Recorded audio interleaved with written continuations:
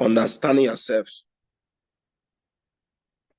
Now, many people married and living together in one house, but each apart,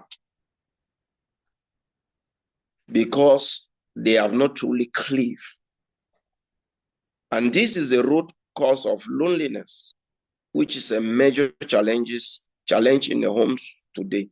Loneliness which most often leads to division, separation, and eventually is divorce, is one of the problem of true bonding, true cleaving. Okay. But when that is done, the result, as I've already mentioned, is one flesh. So this is the third principle in God's master plan, one flesh. They two shall be one flesh. In God's eyes, a husband and his wife are one flesh. And this must be the reason why when Adam saw Eve, he said in Genesis 2:23, he said, "This is now bone of my bones and flesh of my flesh. She shall be called woman, because she was taken out of man." Now, the mathematics has been before is one man, one woman equal to one flesh. But you notice that in Genesis chapter 1, verse 26 to 28, when God was blessing man, he said, and God blessed them. And God blessed them. When he met them, he said he met them man, male and female. He met them male and female. And he blessed man. When he blessed man, in man was the woman. So male and female was all in Adam before God brought Eve out. So from the moment that God brought Eve out of Adam, Adam was now incomplete. And Eve coming out of Adam is a half or part of Adam. So in the real mathematics, it was half plus half equals to 1. Just as we have in true mathematics, is half plus half equals to 1. So before getting married, we are all incomplete. But in marriage, we complete each other. So God's arithmetic signifying a fusion of husband and wife, two distinct elements or half into one unit, he says should not be disjoined. He says what he has put together, no one should put asunder. And the scripture calls it that this one flesh that they have become, he say it is a great mystery. So the one flesh is a mystery, according to Ephesians 5:32. The mystery of marriage is that two people from different backgrounds, having different will powers, likes, dislikes, can come together in a lifelong relationship, adapt, blend, and complement one another. And that's why sometimes you wonder, how can somebody, it can be, even be a white man and another one is an African. But they come together, you just wonder how they blend, how they adapt to each other and just become part of each other for life. It's a mystery that only God knows how he does it. So let's look at the mystery of one flesh. What is God's design or expectation of this one flesh. There are a number of principles that we will see briefly that can be drawn from this mystery of one flesh. The mystery of one flesh means, one, treat your spouse as yourself. Ephesians 5:29. He says, no one hated him, his own self, but he loved it and cherished it and nourished it and feed it. So treat your spouse the way you want your spouse to treat you. Care for your spouse the same way you want him or her to care for you. If you want your spouse to be kind to you, then you have a responsibility to be kind. If you want her or him to be respectful, then do same, or do it, be the first person to do that. Because marriage is a kind of give and take. Marriage is a garden whereby whatever you sow is what you reap. How you cater and keep the garden, removing the weeds and all of that, and making sure that the garden grows and blossoms. Sow with the fruits you reap. So marriages don't just blossom. It is what you do that makes it to become you put into investment. The work. So marriage is put into marriage is what it will give back to you. The American Heritage Dictionary defines knowledge from the scripture, Ephesians 5:29. Let me read that scripture. He said, for no one yet hate his own flesh, but nourish it and cherish it, even as the Lord, the church. So what he was saying here is, husband, love your wife, and then as your own self, nourish her, cherish her, just as the Lord love, nourish, and cherish the church. So if you want to understand the word nourish from the American Heritage Dictionary, it defines it as to provide with food or other substances necessary for life and good. So it means to do what? Provide with food or other necessary food substances, which is necessary for good. To feed, it also means to foster the development of. It also means to promote. And then another next word in this verse is cherish. It means to treat with affection and tenderness, to hold dear, or to keep fondly in mind. I like these definitions. So cherish means to do what? To treat with affection and tenderness. It means to hold dear or to keep fondly in mind. To hold dear and keep fondly in mind. A husband and wife should foster the development of each other, promote each other, treat each other with affection and tenderness, and hold each other dear, and keep each other fondly in mind. And it takes this understanding of the mystery of one flesh to be able to do this. So if you just look at these two words, nourish and cherish, you know what, when scripture will be giving that kind of an admonition for husband and wife.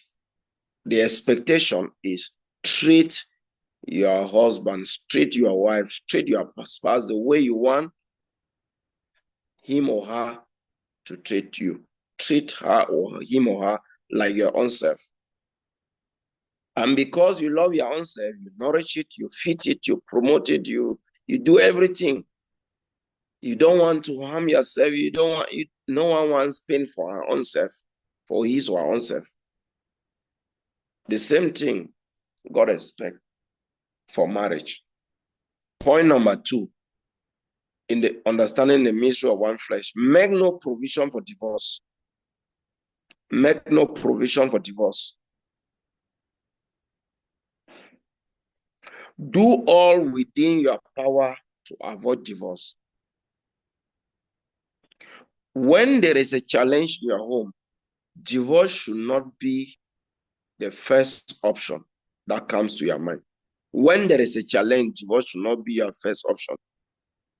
Rather, it is important first to identify and analyze the challenge, then make proposals and choose a possible solution. This way, most problems will be solved.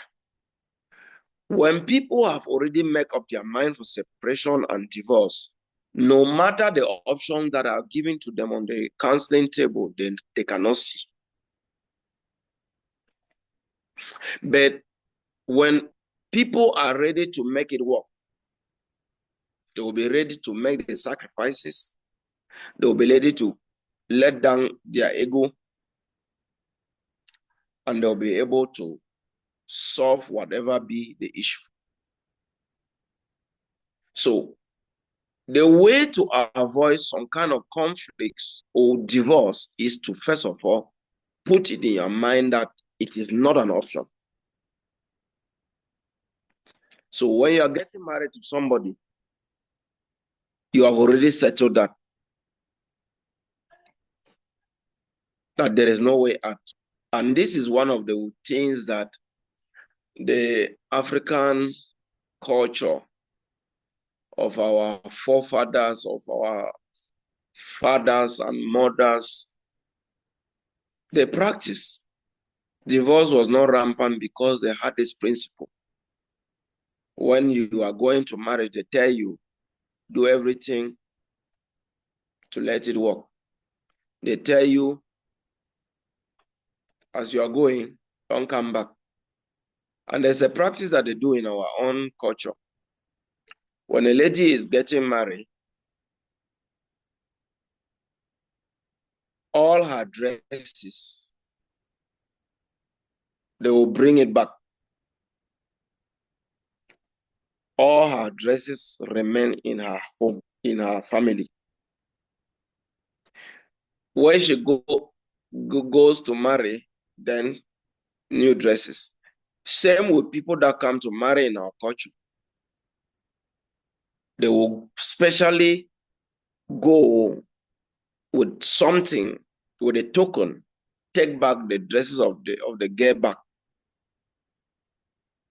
And then they only tie a wrapper on the chest. They buy her 2 wrappers. They tie one on the waist and tie one on the chest. For some time she does not wear anything up. And then they shave her hair. And when they shave her hair, they rub what they call camwood. And during this time, in those days, it used to take about 2 to 3 months of fattening. She's staying only in one corner, and then she doesn't come out in the public. There, they will kill her chicken. They nice things that they cook for her. She eats, and then she spend much time with the women. They teach her the culture. They're teaching her things. They're teaching her how she should treat her husband and all of that. She only goes to the husband's room in the night and then comes back in the morning. So, but that's the culture. And then after 2 or 3 months, her hair has begun to grow. They buy a new set of dresses, new shoes. Hey, the day that she comes out, there may be 2 or 3 other women that they bring out that same day. They line up, they're walking. They take them to church. That's culture. But the point I was making there is, you don't go with your dresses. It's like you have burned the bridges. There is no coming back. So men know what? Make no provision for divorce. Okay. The mystery of one flesh is make no provision for divorce. Because divorce, if you are one flesh, divorce is not as if cutting a part of you. It's like an amputation of your body. And what happens? It leaves you with pain, it leaves you with wound, it leaves you with all kind of scar. Even when there is healing, the scar remains. Imagine how painful that is. People that go through divorce is always very difficult for them. It's difficult because it's difficult to come out of that, because you are one flesh truly. You are one of that person. You are part of that person before divorce. So you see, the mystery of one flesh is you are really part of that person. So scripture says, what God has joined together, let no one put asunder. The next point is of the mystery of one flesh, share your bodies with one another. Share your bodies with one another. Husband and wife should learn to share their physical bodies with one another through sex. After marriage, the physical body of the husband belongs to the wife, and that of the wife belongs to the husband. Both of them are to enjoy satisfaction from each other's body. They are not expected to refrain their bodies from one another anymore. In 1 Corinthians chapter 7, verse 4 to 5, scripture says, the wife has no power of her own body, but the husband. And likewise also the husband had no power of his own body, but the wife. He said, defraud ye not one another. In other words, don't refuse one another, because you no longer have power over your own body. Man and wife should understand that their physical union is their creative power. God created sex, and it is a key part of our lives. Imagine how big God is to create human being, and then to think of to put such a thing like that.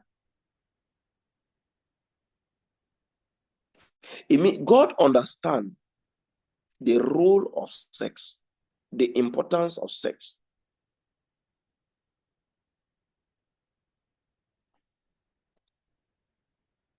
Most of the tension in homes is due to lack of healthy sex life.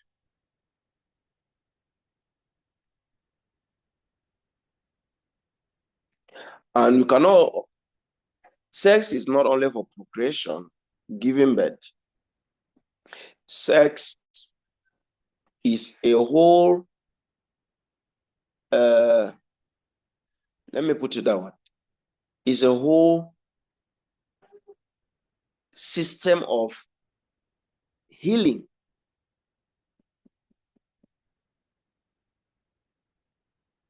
Even your health is also has a play on sex, has a play on your physical health.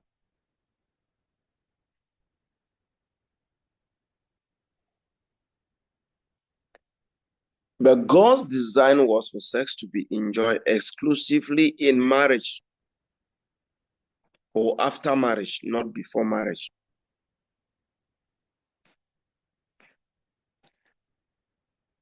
And someone says sex is to be enjoyed and not endured. And so one of the issues sometimes when there's conflict is partners, sometimes they may want to use it to fight the other, to punish the other spouse.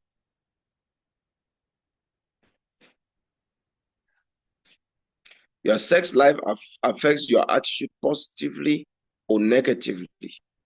Sexual tension is the foundation of crisis in many marriages and homes, which I've already mentioned.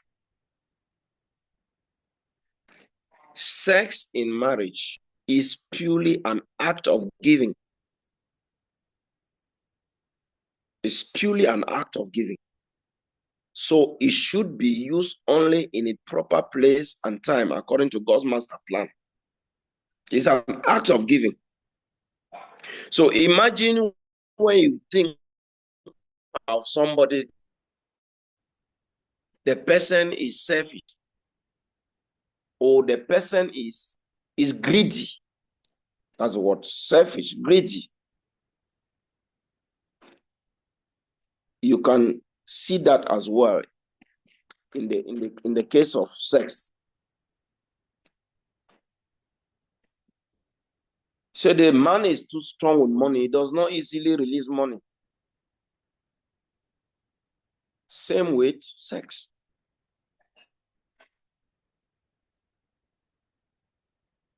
And I heard one man of God say,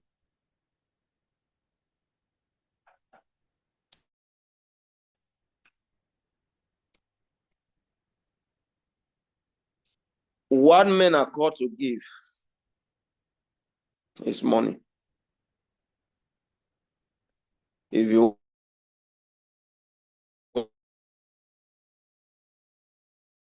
to be happy, whatever, and whatever. And if you have him want to be happy, give him food. Say, give him food in the kitchen, give him food in the bed. So men sees sex as food. As important as you think that they must feed their stomach with food, is the same way they see sex. The same thing with money with women. So I'm concluding that point to say that what sex is purely an act of giving.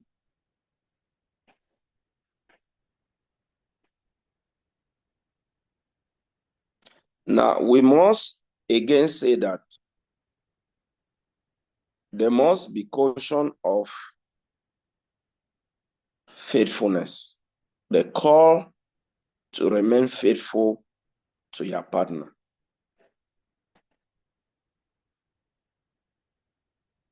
I think as we were teaching yesterday, we saw yesterday on how to build trust. If maybe I did not mention yesterday on how to build trust is to be faithful. Once you are faithful to your partner, there is trust. Once there is a case of unfaithfulness, there is distrust.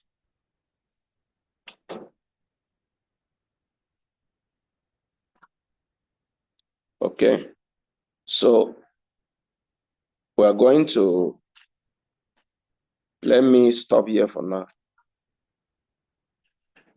If you have a question, you can ask.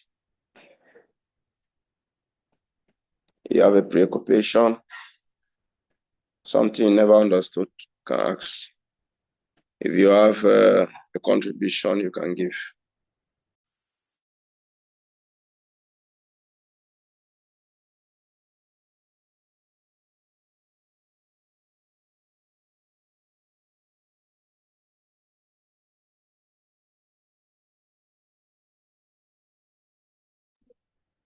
Good evening, Papa D. I have a question. I have a little one. You talked about um when you talked about living. I don't know if if you can hear me. I'm getting you 5 on 5. Okay. You talked about living to live, and you talked about financial independence. That the two people have to be able to be financially independent, having something to do. But when I look at our African context marriages, you Mm. notice that most of the time you will see most of the times either the woman, most at times even the woman, they might even go and take her from the village and she does not have anything to do and she will sit. Sometimes this woman can sit all through her life without doing anything, just be a housewife. But sometimes this woman might go to school and maybe before start earning income. I don't know how, maybe what you can say about that. Is it something that is encouraged or can be encouraged or discouraged? And how does it affect our African marriages? Okay. Mm, let me first start by saying that the teachings of what we are given, they are guiding principles. But each marriage has its context and peculiarity. Okay. Yes. It means that mm, the things or the concepts or principles that we give, they are things that are guiding principles that will help to avoid some conflicts. Now,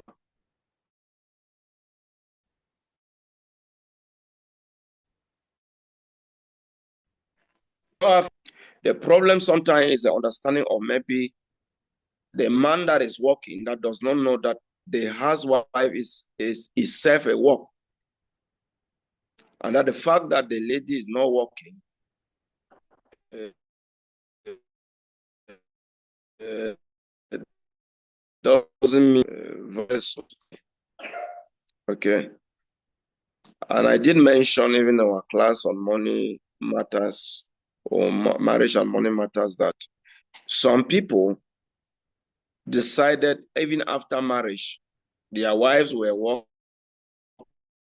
and this because their type of work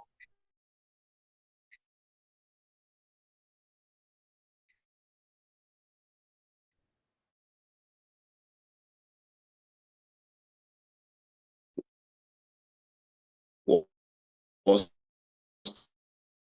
to Okay. the wife on a salary. So that's a case where he does that in order to show the wife that your work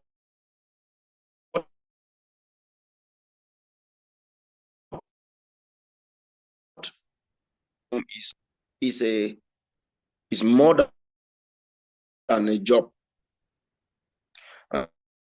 And so every marriage has its context. Some people get married to some people, send them, and then threat, and then from there they get a job. From there they establish in a business. From there, different contexts. What is important is what is working for you, and what is working for you. All we are saying is, if your home is blossoming from your context, the way of doing of handling things, that's good. That's okay.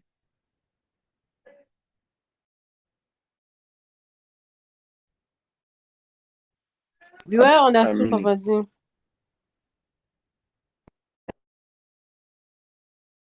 D? Thank you. okay. Thank you very much. Let me get somebody else. Maybe contribution. Good evening, Papa D. Good evening, mom. Yeah, Papa T, I have this worried about under the mystery of one flesh. There was a point you gave there that make no provision for divorce. Yes. So that point is really in my mind because in our African text, there are many couples that have gone, some of them stick to this mystery of make no provision for divorce. And they end up losing their lives and other important things. Yeah. So I don't know if really, if the worst comes to the worst, should you stick for that point or what option? Should you lose your life because you want to follow this point of make no provision for divorce? Personally, So that, personally, I believe that a marriage void of divorce is the ideal, but divorce is possible. I believe divorce is possible because even scripture says that if your left hand will cause you to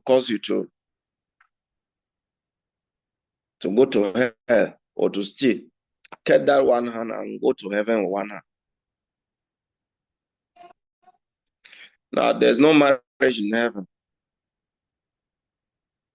So the purpose of marriage, first of all, is to help you accomplish your purpose.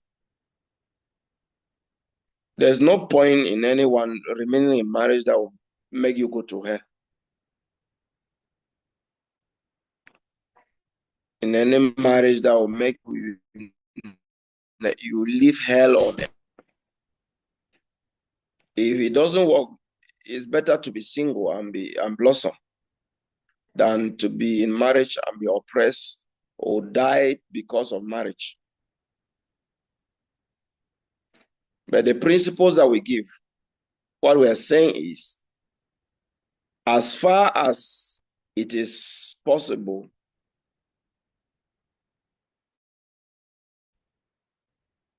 make all things on your part to make it work. And some of these things are important when we say marriage is a covenant, and so it is not a contract that you can just get up and breach it or break it. Is to let people do all the checks that they need to check before getting into it. It means that if people are aware that marriage is such a serious thing, they will be patient to do all the preparation that they need before entering into it. Okay.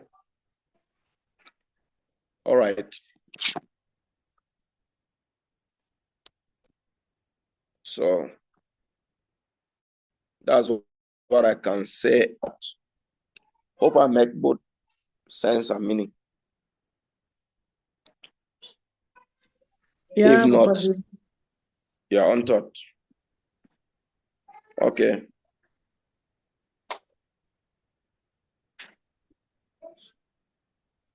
Okay. So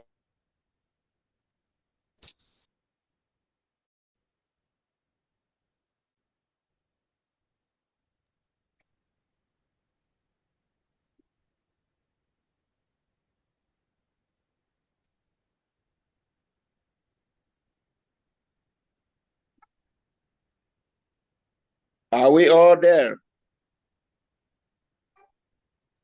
Yes, Papa T.